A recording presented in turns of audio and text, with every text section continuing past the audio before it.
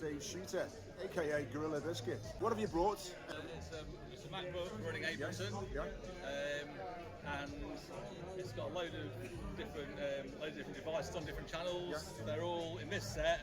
They're all samplers, and all the samplers are loaded with samples of Starlings. And I've got loads of controllers and devices in Ableton controlling the instruments.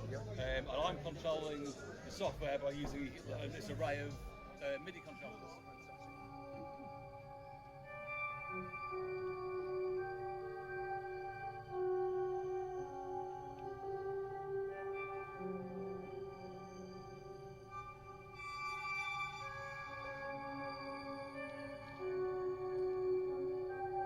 See, you are a pad addict. Yeah, pads and knobs and sliders. Knobs and sliders as well. Is your audio flow? How does that work here? Is it? It's basically just goes each channel goes through some sends as it might do or not, depending if I've sent them there, and then to a main channel and then out to the PA.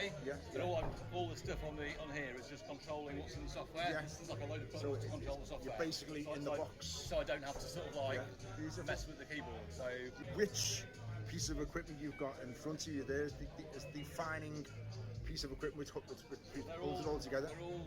They're all defining. This is the push, which is an Ableton piece of kit, and I can technically do everything on there. It involves menu diving and things like that. So I've got these extra bits of kit, so sort of save on the menu diving. So this guy's working like a mixing desk. So that's the Novation XL. That's just like a mixing desk. So channel sliders, filters, send to the delay and send to the reverb. This is doing a mixture of things. I'm sometimes launching clips and recording with it, but a lot of the time I'm playing stuff with it. So it's mainly used as an instrument to play things rather than launch clips. So I have very few clips ready to go, and it's all improvised and made up in the moment.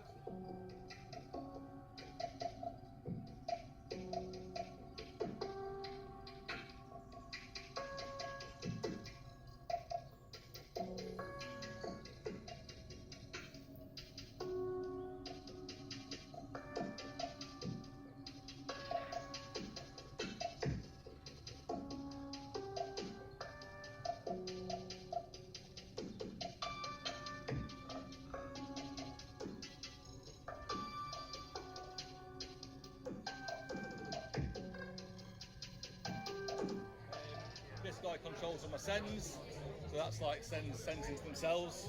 So that's send A back into send A into send B, etc. And this guy does all the magic stuff. So this is like a Launchpad Mini. That's a Mini, isn't it? But I don't use it like a Launchpad. So super hack for Launchpads. On these two buttons here, you get 64 programmable buttons.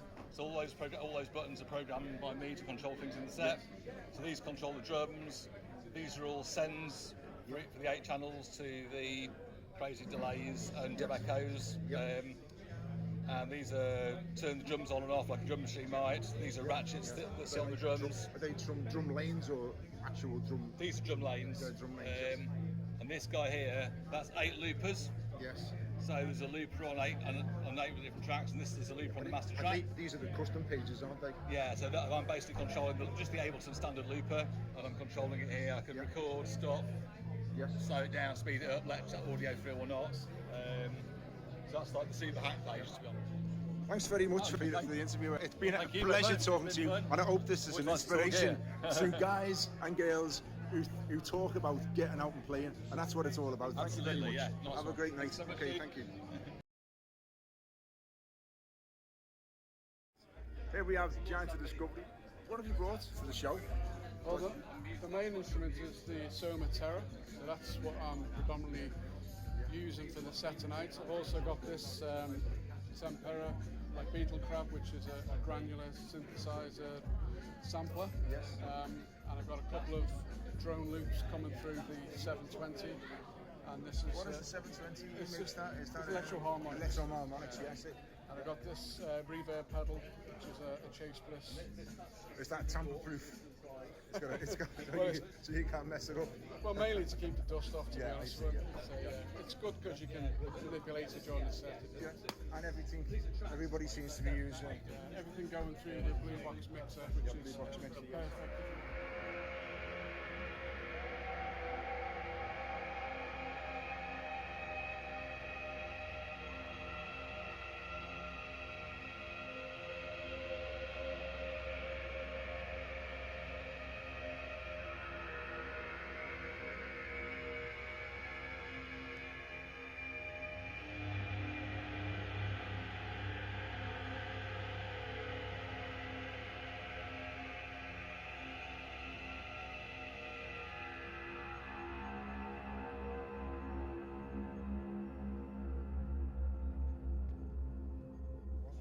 brings everything together for you. Which piece of equipment? Well, on this particular set, it's absolutely this. Yes, is that the controller? Well, this is a synthesizer. Well, I class it as an instrument rather than a synthesizer. You can't really do much in the way of synthesis on it. Do you actually hold it, or just leave it on the table? Do you actually? No. Pick it up? I play it with these are notes basically, and this will manipulate the sound. And they have different algorithms or presets that you load in with a combination of these buttons and these. So there's a huge number of. Is it a bit of a learning curve, and then you get into it? It is, yes, but also you've really got to be delicate with it when you play it. Is it touch sensitive? Yeah, it is. Yeah. So it's depending on how much surface or how hard you hit it, it can go really wild very, very quickly. So it looks like I'm not really doing much when I'm playing it, but that's because you've got to be really subtle with it and just really sort of tease it. Fantastic. Anyway, it's been great. I won't keep you too long, and enjoy the show because you haven't played yet, and I'm looking forward to your to I'd like to your film. see what you say afterwards, what you think of it. Polypores.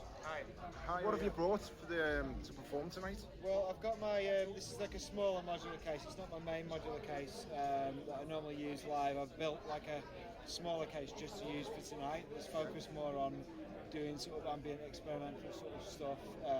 It's easy to travel with as well. Well, it's not so much that, it's just more the stuff that I do with my main live set, live rig is a bit more propulsive and a bit different to what I'm doing tonight. So I wanted to do like a special set for tonight with just this. So I kind of put this patch together just for tonight. So have you obviously been practicing to the film?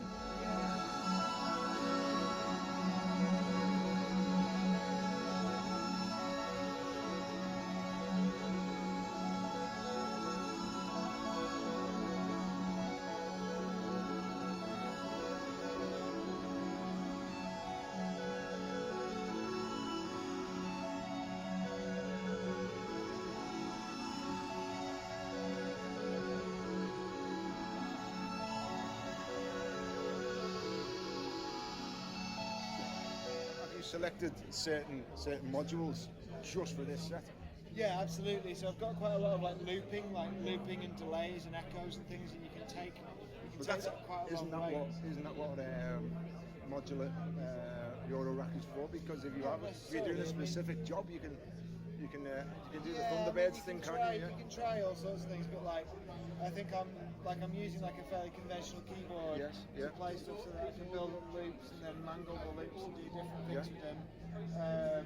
But I'm only actually using one oscillator, the parts there, so I'm actually using one oscillator and taking that as far as it can go. With so there is only one oscillator on there today. Is that? Have you done that on purpose to restrict yourself? Good when you're looping, like to only have one thing. I like to take one thing and do a lot with it. So I'm going to be building up lots of like loops. There's a lot of stuff going on with echo and delay.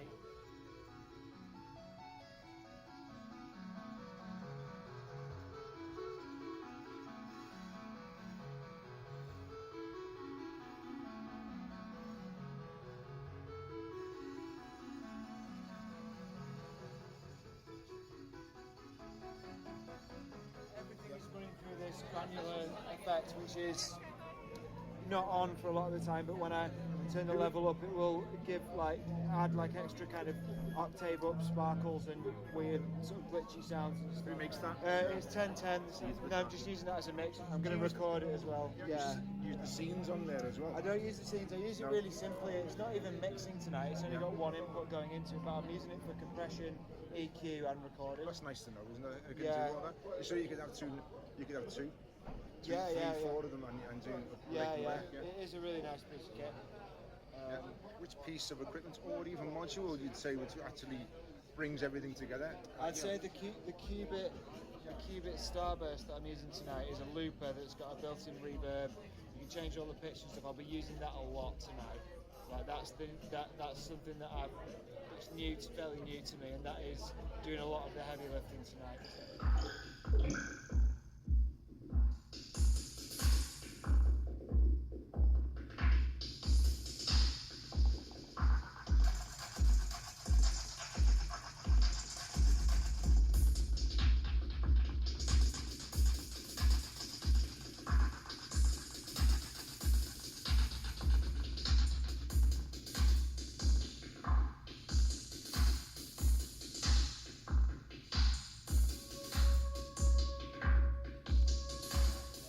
Much for the chat, and problem at all. this is pre your performance, so Yeah. have a good show, Okay, and I'm it's gonna been go lovely stand talking to you. outside for a Thank you minute. very much. Yeah. Great, thank you.